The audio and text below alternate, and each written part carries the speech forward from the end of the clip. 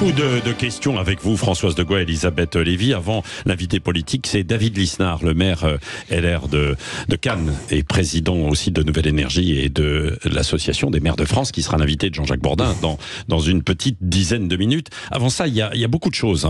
Vous allez voir, par exemple, Aurélien Pradier qui claque la porte des LR, des nouvelles au fait du Front Populaire. On va tout vous dire dans un instant, mais nous sommes aussi aujourd'hui à un mois tout juste des Jeux Olympiques. Est-ce que nous sommes prêts? C'est une des questions que l'on se pose. Il y a des chantiers en fait un petit peu partout. Il y a des points d'interrogation. Gérald Darmanin dit que du côté de la sécurité, tout est prêt, quoi qu'il en soit. Sauf qu'il y a quand même aussi en plus cette déclaration cette semaine d'Emmanuel Macron parlant de guerre civile. Vous imaginez, vous êtes à l'étranger et vous vous dites, tiens, je vais peut-être aller en France, je vais sans doute aller en France, et on me parle de guerre civile. Est-ce qu'il a eu raison de dire ça, Emmanuel Macron ? Bien sûr que non. Si vous voulez, bien sûr que non, vous dites, Françoise. Vous pouvez pas utiliser des mots comme ça quand vous êtes président de la République. Je pense que c'est la première fois d'ailleurs qu'on entend un président de la République utiliser cette expression très forte. Que des responsables politiques le fassent.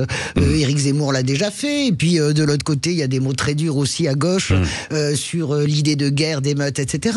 Mais quand vous êtes président de la République, vous êtes garant de la concorde civile. Et c'est ça votre travail. Votre premier travail, c'est d'être garant de la concorde civile. Vous ne pouvez pas raconter n'importe quoi. Donc il n'aurait pas dû dire ça, c'est ce que vous dites. Parce qu'en plus, je pense qu'il n'y aura pas de guerre civile. Et non, mais vous savez ce que c'est Non, mais soyons sérieux, qu'est-ce que c'est la guerre civile, C'est des gens qui descendent dans la rue contre d'autres gens avec des flingues et des armes. Excusez-moi, mais il faut être fou. Il faut avoir perdu les pédales pour utiliser ce genre de mots. Il y a un an en arrière, on se souvient, il y avait eu des émeutes, c'était quand même assez terrible. Par endroits, ça ressemblait en fait un peu à ces scènes de chaos. Mais ça n'était pas le cas.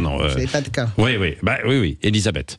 Alors moi, je suis partagée, si vous voulez, parce que, si vous voulez, supposons qu'il y ait réellement des germes de guerre civile, ou en tous les cas, disons, de séparatisme, d'affrontements sporadiques, là où on n'a pas des armées constituées comme en Yougoslavie, par exemple, avec des nations constituées, si vous voulez. Mais si on considère qu'il y a quand même un peu de peuples, au moins, qui émergent un peu sur ce territoire, c'est un risque réel. Face à ça, il y a deux façons de le voir. Il y a de se dire, il faut surtout pas en parler parce que c'est performatif, les mots font arriver les choses, et c'est pas tellement mon point de vue, même si je suis sensible à l'idée que le président, et d'un autre côté, il y a le déni, c'est pire. Or, moi, ce que je crois, c'est qu'aujourd'hui, si vous voulez, ce qui dingue les gens depuis des années, c'est le déni d'une grande partie de leurs élites de ce qu'ils vivent. Et je voudrais donner un exemple qui m'avait ulcéré et vraiment que je trouve indigne. François Hollande,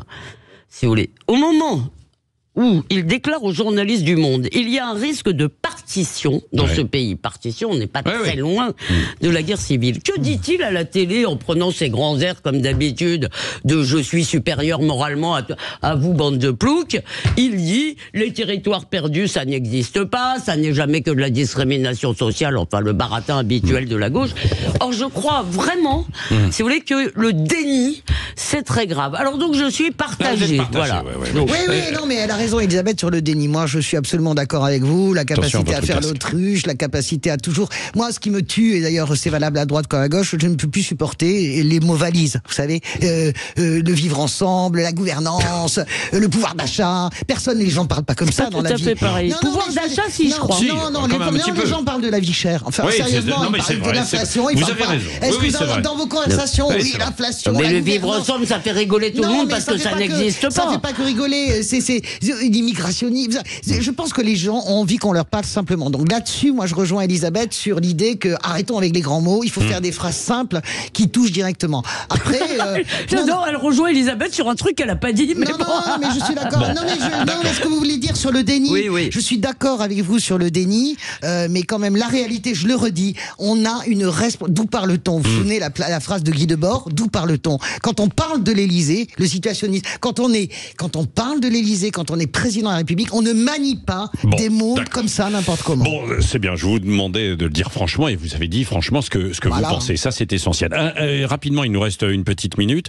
Les LR, Aurélien Pradier qui claque la porte, il va aller sans étiquette. Ça vous surprend? Non, mais je pense qu'il a un destin personnel, Aurélien Pradier. Vous savez, moi j'ai toujours pensé que la gauche, elle a besoin de retrouver la droite a besoin de retrouver un Sarkozy, droite populaire. S'il y a bien pour moi quelqu'un qui pourrait incarner ça, c'est Aurélien Pradier. De toute façon, Aurélien Pradier pourrait incarner droite populaire, je pense. Je ne crois pas du tout, moi, mais par ailleurs, je crois Françoise sur les pronostics. Je sais qu'elle regarde les circos à la loupe, donc je la crois volontiers quand elle dit qu'il va gagner. Non, mais je crois qu'il faut peut-être pas s'arrêter à ce qui se passe maintenant. Vous savez, des gens exclus qui reviennent, des gens qui claquent la porte et qu'on retrouve dans les trucs.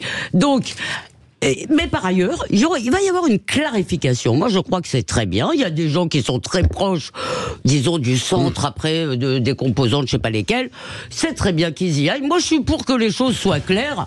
Et pour l'instant, les portes claquent, mais vous allez voir, après les élections, les esprits vont se calmer. Dans un instant, c'est David Lisnard, justement, sur peut-être de la clarification, justement, qui répondra au micro de Jean-Jacques Bourdin. Et évidemment, avec Jean-Jacques tout à l'heure, vous avez le standard qui est pour vous 0826 300 300.